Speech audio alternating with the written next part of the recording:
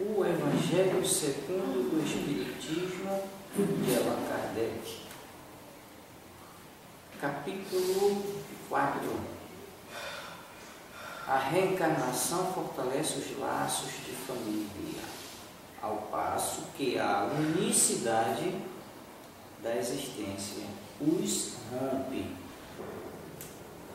Os laços de família não sofrem destruição alguma com a reencarnação, como pensam certas pessoas.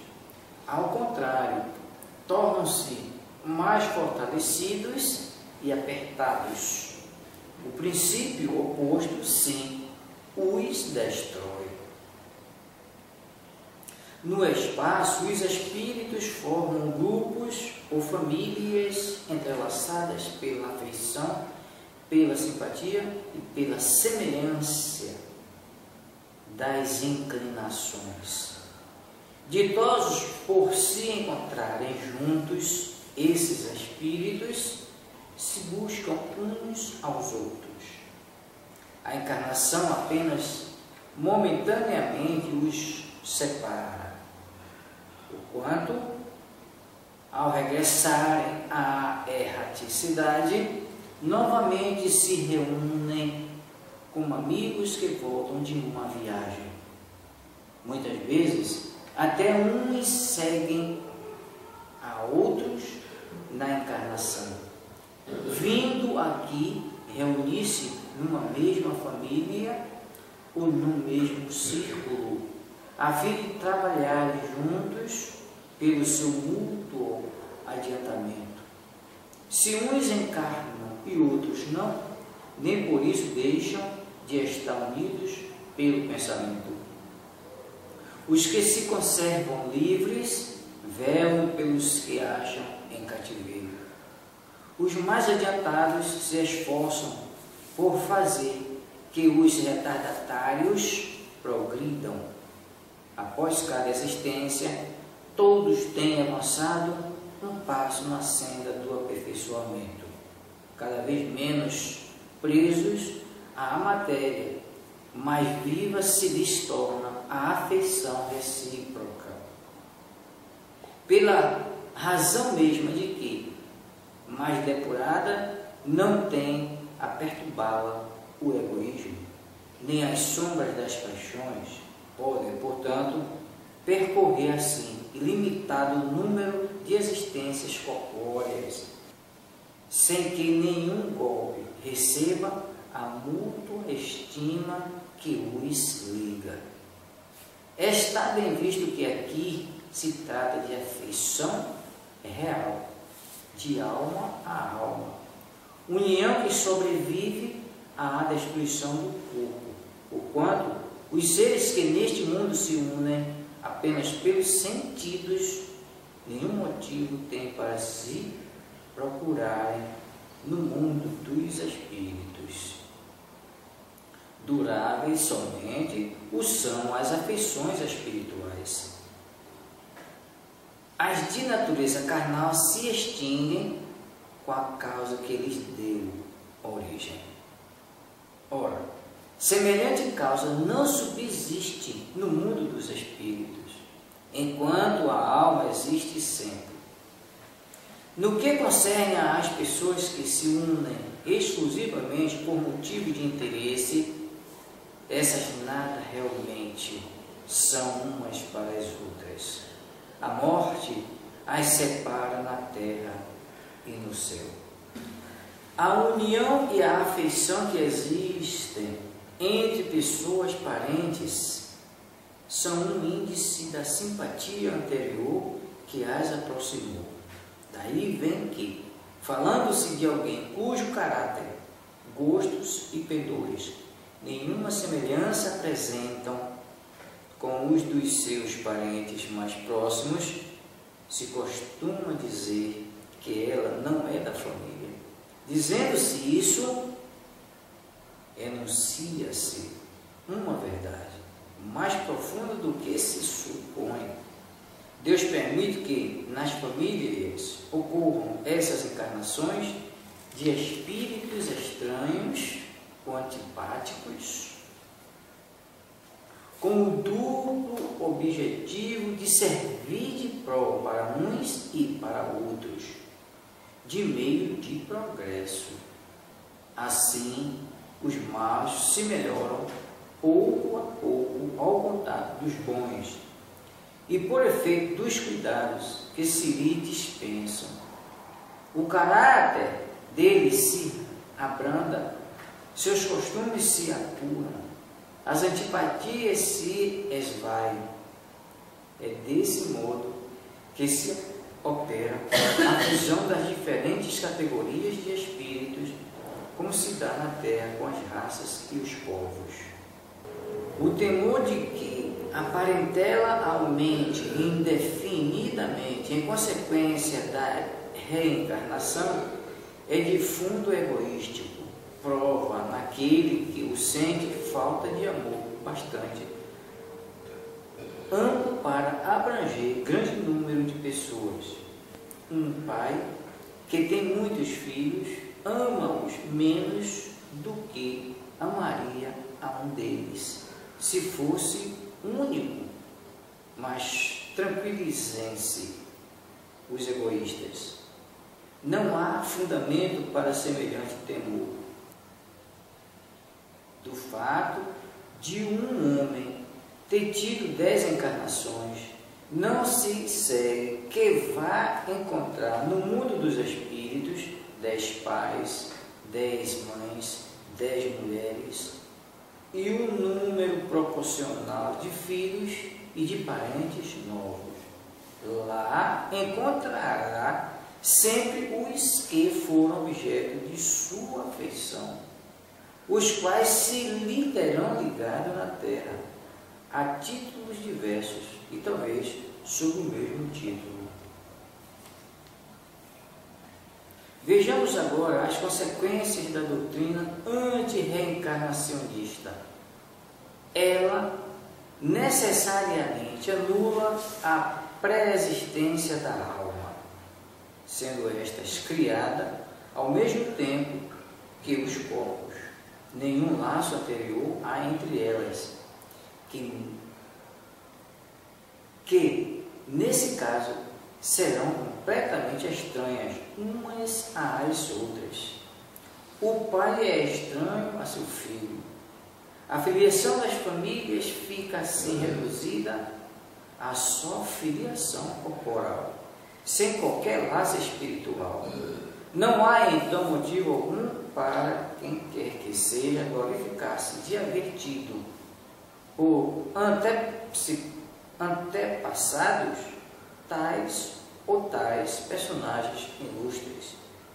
Com a encarnação, ascendentes e descendentes podem já se ter conhecido, vivido juntos, amado e podem reunir-se mais tarde, a fim de apertar entre si os laços de simpatia.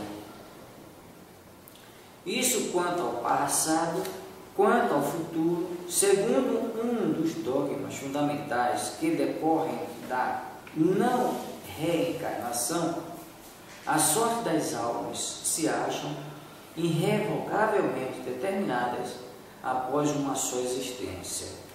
A fixação definitiva da sorte implica a cessação de todo o progresso, pois desde que haja qualquer progresso, já não há sorte definitiva. Conforme tenham vivido bem ou mal, elas vão imediatamente para a mansão dos bem-aventurados ou para o inferno eterno.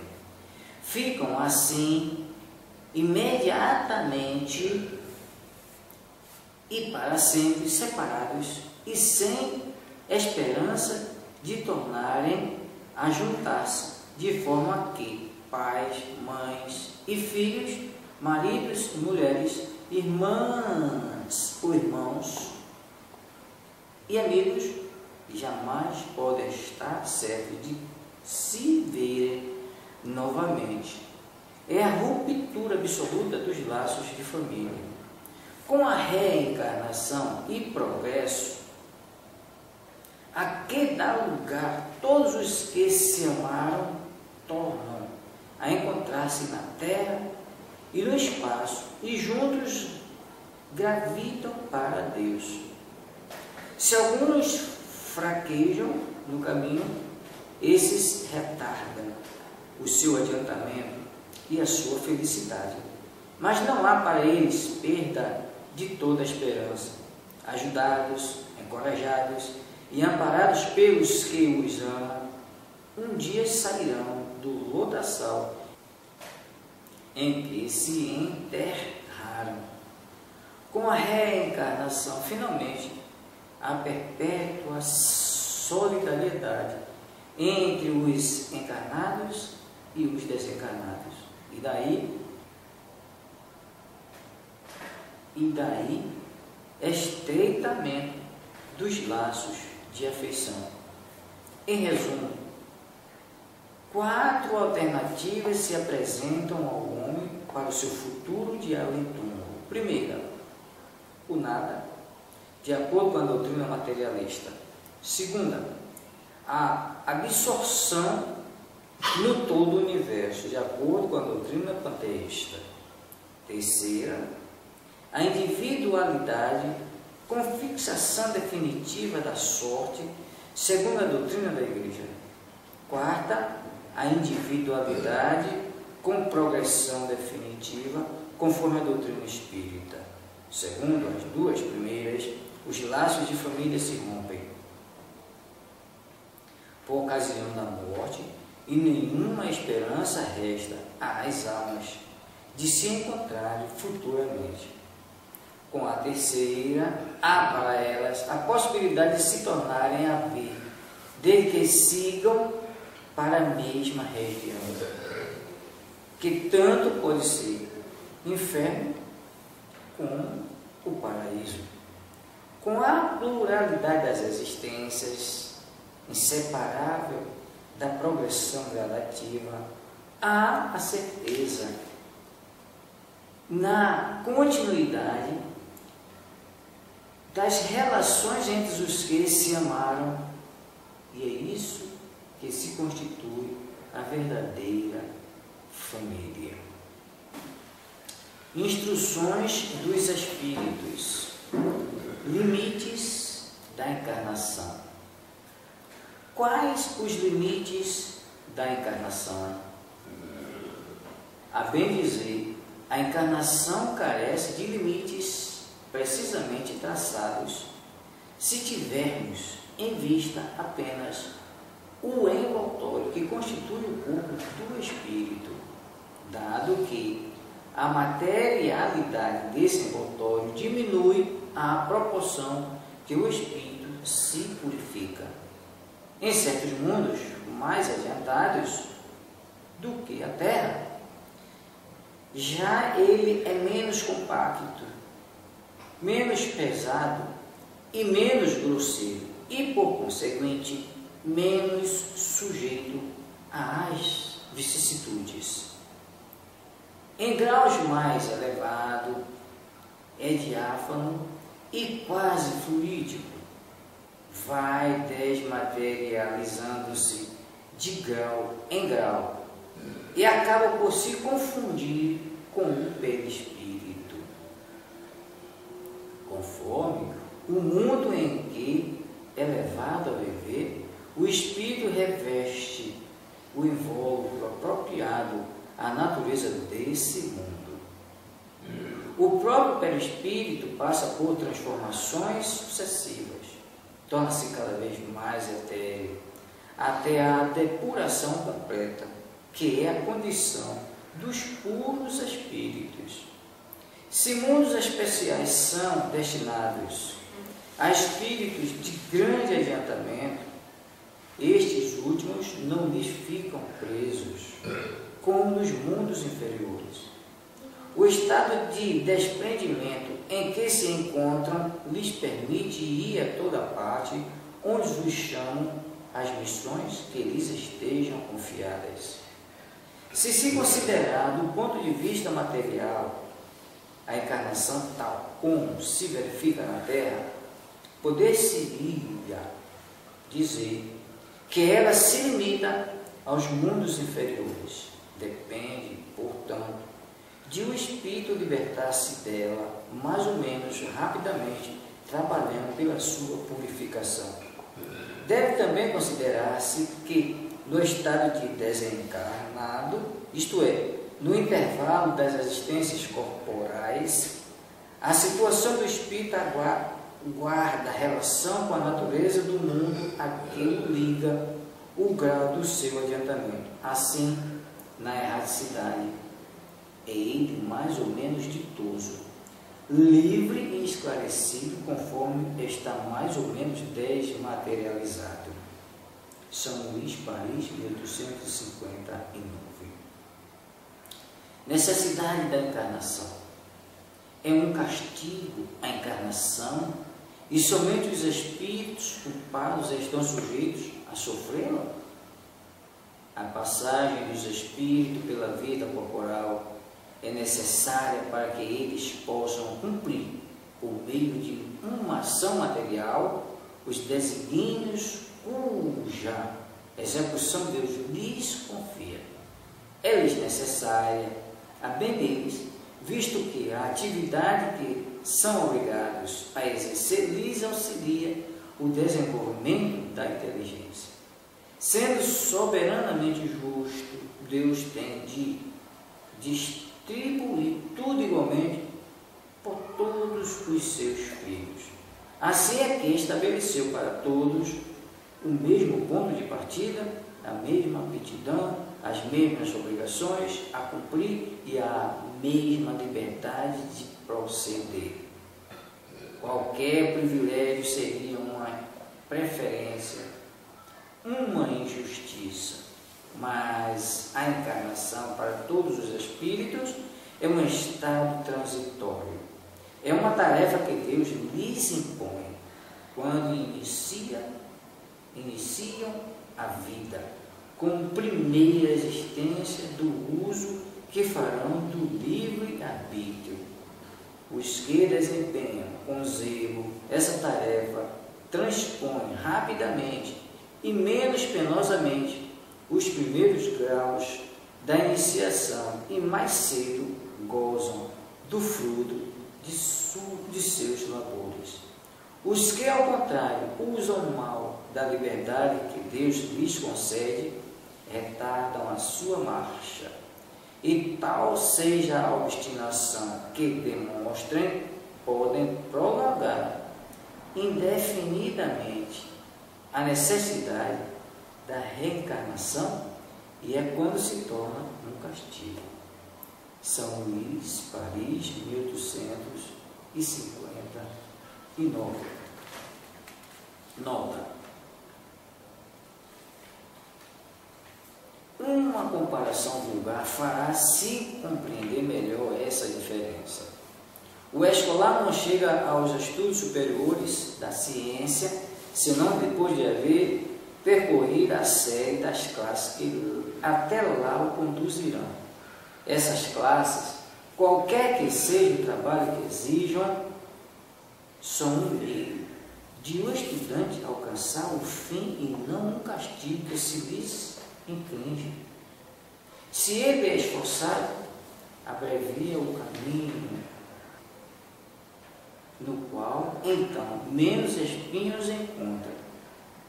Outro tanto não sucede àquele a quem a negligencia e a preguiça obrigam a passar duplamente por certas classes. Não é o trabalho da classe que constitui a punição. Esta se acha na obrigação de recomeçar o mesmo trabalho. Assim, acontece com o homem na terra. Para o espírito selvagem, que está apenas no início da vida espiritual, a encarnação é um meio de ele desenvolver a sua inteligência. Contudo, para o homem esclarecido, em quem o senso moral se acha largamente desenvolvido e que é obrigado a percorrer de novo as etapas de uma vida corpórea cheia de angústias, quando já poderia ter chegado ao fim, é um castigo, pela necessidade de que se vê de prolongar sua permanência no mundo inferior e desgraçados. Aquele que, ao contrário, trabalha ativamente pelo seu progresso moral, além de abreviar o tempo da encarnação material, pode também transpor de uma só vez os degraus intermédios que o separam dos mundos superiores. Não poderiam os espíritos encarnar uma única vez sem determinado globo e preencher em esferas diferentes suas diferentes existências? Semelhante modo de ver só seria admissível se, na Terra, todos os homens já estivessem exatamente no mesmo nível intelectual e moral. As diferenças que há entre eles, desde o selvagem ao homem civilizado, mostram quais os degraus que têm de subir. A encarnação, aliás, precisa ter um fim útil. Ora, qual seria o das encarnações efêmeras das crianças que morrem em tenra idade? Teriam sofrido sem proveito para si nem para outra. Deus, cujas leis todas são soberanamente sábias, nada faz de inútil. Pela encarnação do mesmo globo, quis ele que os mesmos espíritos, pondo-se novamente em contato, tivessem ensejo de reparar seus danos recíprocos por meio das suas relações anteriores. Quis, além disso, estabelecer sobre base espiritual os laços de família e apoiar numa lei natural os princípios da solidariedade, da fraternidade e da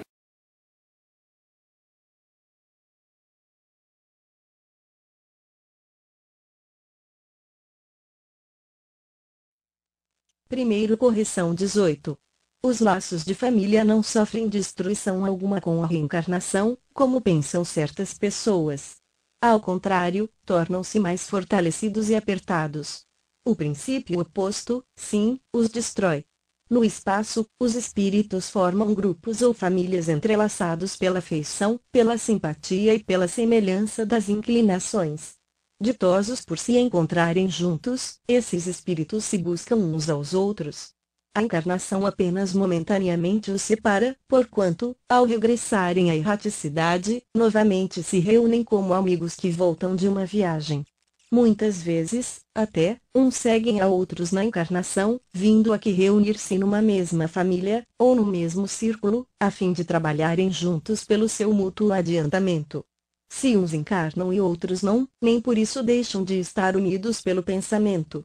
Os que se conservam livres velam pelos que se acham em cativeiro.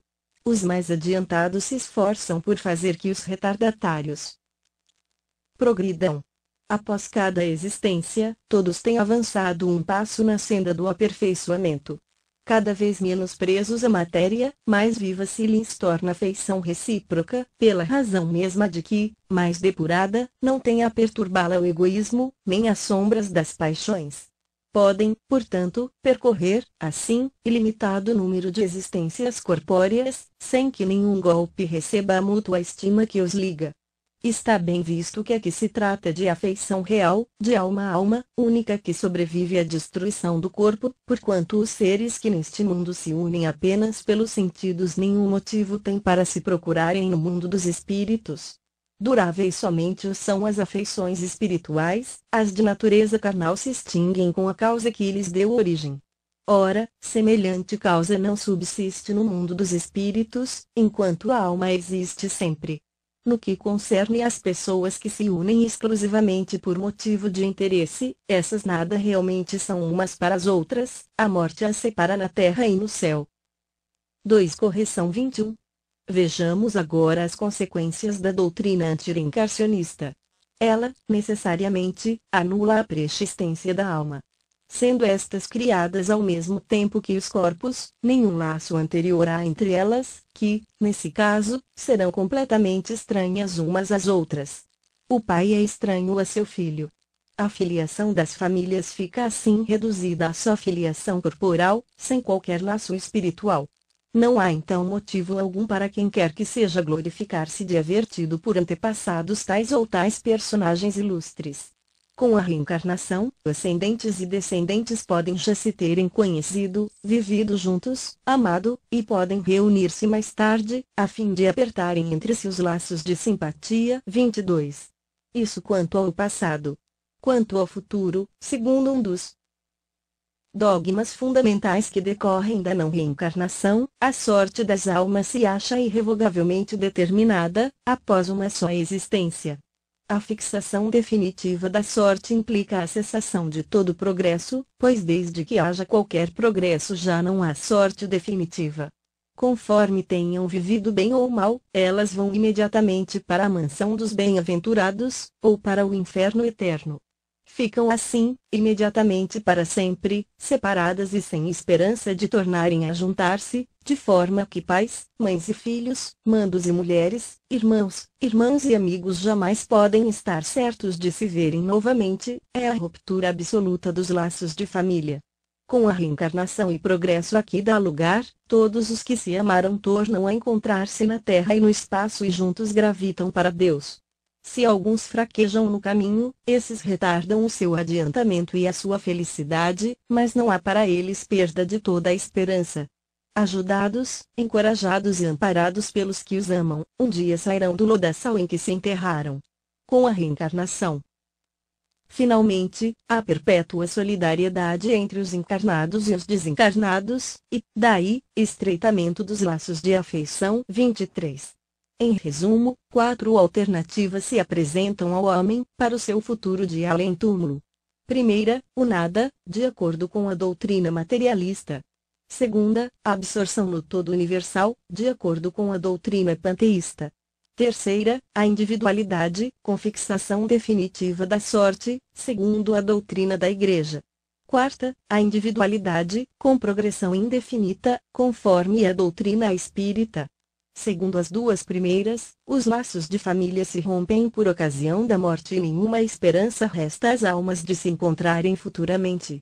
Com a terceira, há para elas a possibilidade de se tornarem a ver, desde que sigam para a mesma região, que tanto pode ser o inferno como o paraíso. Com a pluralidade das existências, inseparável da progressão gradativa, há a certeza na continuidade das relações entre os que se amaram, e é isso que constitui a verdadeira família. 4. Correção limites da encarnação. 24. Quais os limites da encarnação? A bem dizer, a encarnação carece de limites precisamente traçados, se tivermos em vista apenas o envoltório que constitui o corpo do espírito, dado que a materialidade desse envoltório diminui à proporção que o espírito se purifica. Em certos mundos mais adiantados do que a Terra, já ele é menos compacto, menos pesado e menos grosseiro e, por conseguinte, menos sujeito a vicissitudes. Em grau mais elevado, é diáfano e quase fluídico. Vai desmaterializando-se de grau em grau e acaba por se confundir com o perispírito. Conforme o mundo em que é levado a viver, o espírito reveste o invólucro apropriado à natureza desse mundo. O próprio perispírito passa por transformações sucessivas. Torna-se cada vez mais etéreo, até a depuração completa, que é a condição dos puros espíritos. Se mundos especiais são destinados a espíritos de grande adiantamento, estes últimos não lhes ficam presos, como nos mundos inferiores. O estado de desprendimento em que se encontram lhes permite ir a toda parte onde os chamem as missões que lhes estejam confiadas. Se se considerar do ponto de vista material a encarnação, tal como se verifica na Terra, poder-se-á dizer que ela se limita aos mundos inferiores. Depende, portanto, de o espírito libertar-se dela mais ou menos rapidamente, trabalhando pela sua purificação. Deve também considerar-se que no estado de desencarnado, isto é, no intervalo das existências corporais, a situação do espírito guarda relação com a natureza do mundo a que o liga o grau do seu adiantamento. Assim, na erraticidade, é ele mais ou menos ditoso, livre esclarecido, conforme está mais ou menos desmaterializado. S. Luiz, Paris, 1859. 5. Correção. 25. É um castigo à encarnação e somente os espíritos culpados estão sujeitos a sofrer e a passagem dos espíritos pela vida corporal é necessária para que eles possam cumprir, por meio de uma ação material, os desígnios cuja execução Deus lhes confia. É-lhes necessária, a bem deles, visto que a atividade que são obrigados a exercer lhes auxilia o desenvolvimento da inteligência.